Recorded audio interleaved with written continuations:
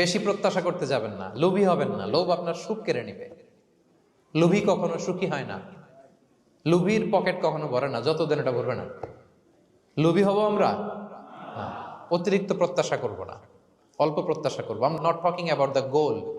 Goal should be bigger and higher, but I am talking about expectation. বেশি expect করা ভালো না। খুব প্রত্যাশা নিয়ে রাখছেন, কিছু পান নাই, দেখবেন যে কষ্ট লাগবে, ঠিক কিনা? আর কোনো এক্সপেকটেশন নাই, এরপরে যেটা পাবেন ওইটাই লাভ।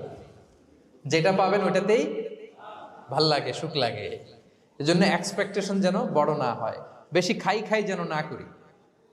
হ্যাঁ, কালকে কি খাবো, পরশু, আগামী সপ্তাহে আমার মেয়ের কি হবে, ছেলের কি হবে, ওদের ভবিষ্যৎ, গাড়ি বাড়ি নাই, এই যে অস্থির।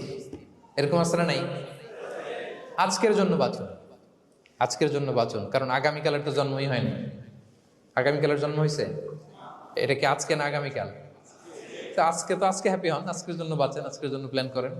আগামীকালের তো জন্মই হয় নাই। কালকে সকালে সানরাইজের পরেই না আগামীকালের জন্ম গ্রহণ হবে, ঠিক কিনা বলেন?